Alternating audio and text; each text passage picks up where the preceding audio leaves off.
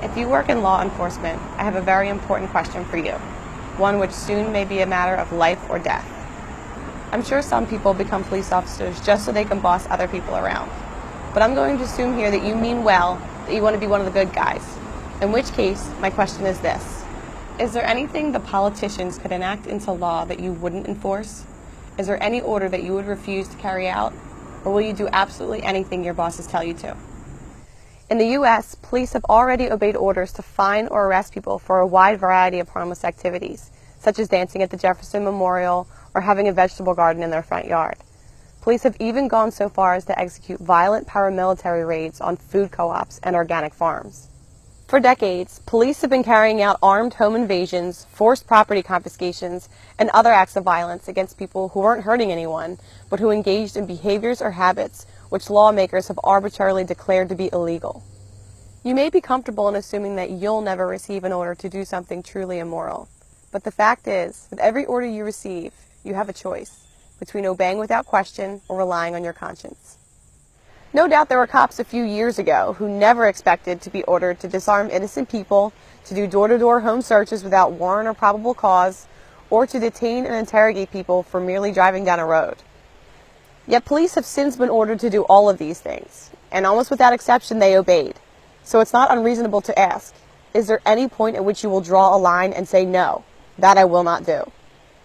And if you won't draw such a line anywhere, if you will do absolutely anything your political masters tell you to, how are you any different from the enforcers of Soviet Russia, Red China, or Nazi Germany? You may be tempted to say, I don't make the law, I just enforce it.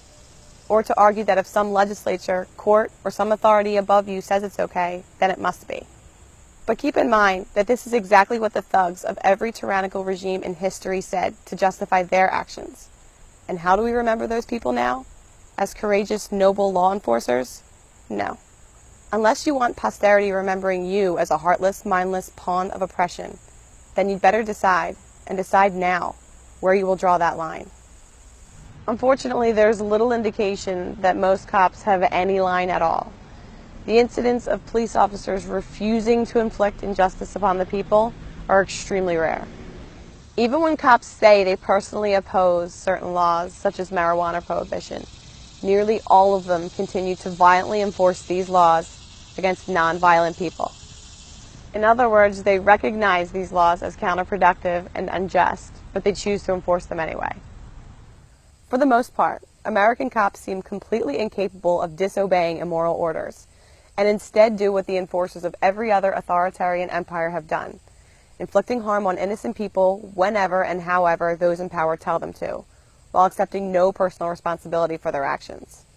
I hope you are better than that. Keep in mind there are a lot of decent Americans who do have the integrity and courage to draw a line in the sand, a point at which they will disobey and resist violations of their rights by those in power. It may be that they refuse to be disarmed. It may be that they refuse to cooperate with warrantless searches, or refuse to keep funding a government they view as destructive and unjust. Whether you agree with them doesn't particularly matter. What does matter is whether in the end you are willing, if and when you are ordered to do so, to violently assault the dissenters for their disobedience. When they draw their line in the sand and stand their ground, and your supervisors tell you to use whatever level of violence necessary to get submission and compliance from the resistors, will you obey? If it came down to it, would you kill American citizens for disobeying politicians? Now, if someone is actually harming someone else, of course you have the right to use whatever force necessary to stop the attacker and protect the innocent. But that would be the case even if you had no badge and no uniform. But when you try to arrest someone who hasn't threatened or harmed anyone else, but has only disobeyed some arbitrary regulation, then you are the one initiating force. You are the one starting a fight. You are the bad guy.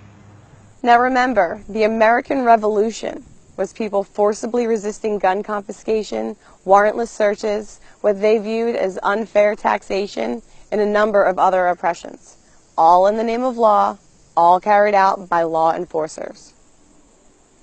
If you had lived back then, would you have been among the rebel colonists, the ones who refused to be disarmed, refused to pay taxes, and resisted warrantless detainment and searches?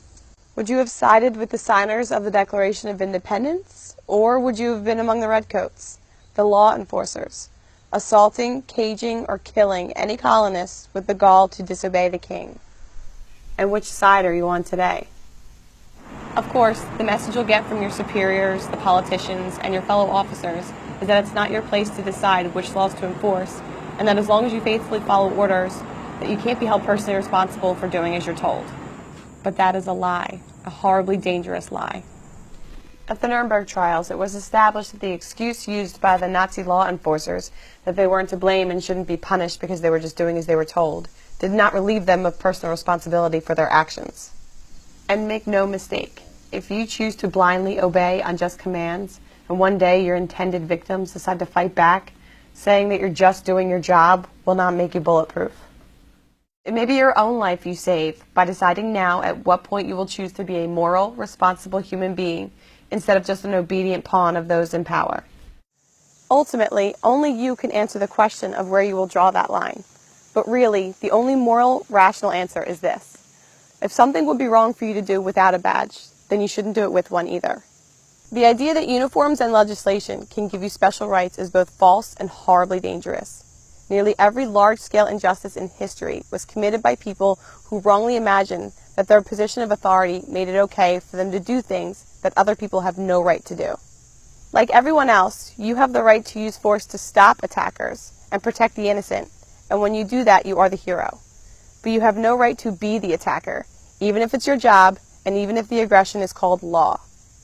Always, in every situation, you and you alone are responsible for what you do. Wearing a badge and a uniform and doing whatever you're told does not make you brave and noble or deserving of any respect. Just following orders is a coward's excuse. If your job requires you to assault or cage people who haven't threatened or harmed anyone, then quit. Being an actual protector, doing the right thing no matter what anyone else says, even if it means disobeying orders and breaking the law, that takes courage and integrity. That makes you a hero. So, do you have enough of a spine to draw that line?